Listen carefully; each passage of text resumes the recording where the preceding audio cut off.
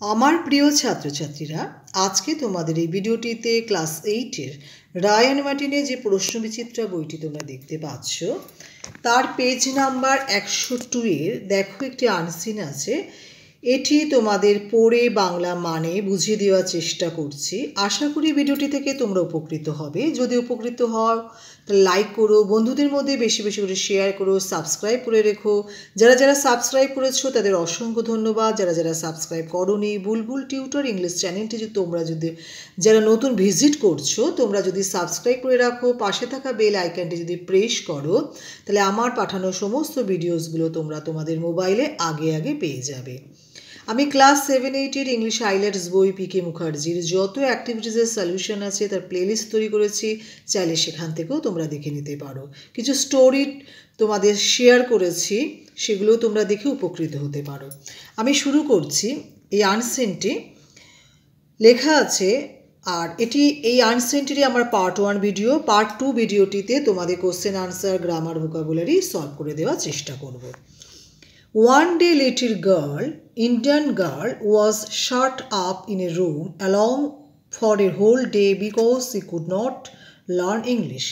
একদিনকে একটি ভারতীয় ছোট্ট মেয়েকে সারাদিন ধরে একা ঘরের মধ্যে বন্দি করে রাখা হয়েছিল। তার কারণ ছিল সে ইংলিশ পড়েনি বা শেখেনি।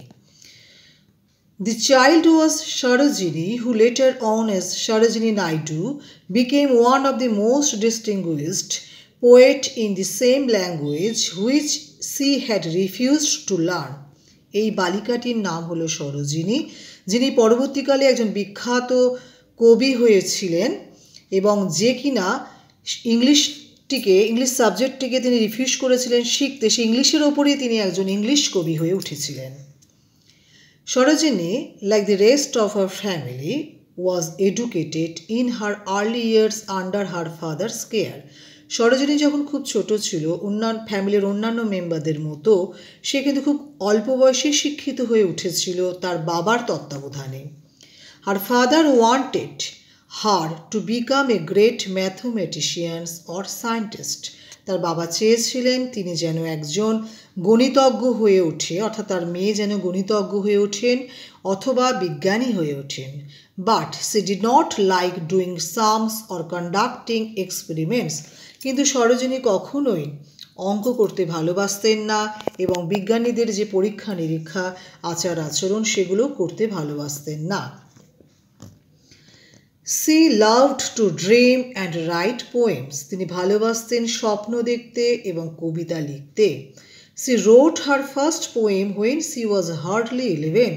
খুব বেশি না হলেও তার 11 বছর বয়সে তিনি প্রথম কবিতা লিখেছিলেন। At the age of 13, she wrote a long poem in the manner of the famous English poets. 13 বছর বয়সে তিনি একটি লম্বা কবিতা লিখেছিলেন, অর্থাৎ বড় কবিতা লিখেছিলেন। কিসের উপর বেস করে? না ইংরেজি কবিদের, বিখ্যাত ইংরেজি কবিদের আচরণের উপর।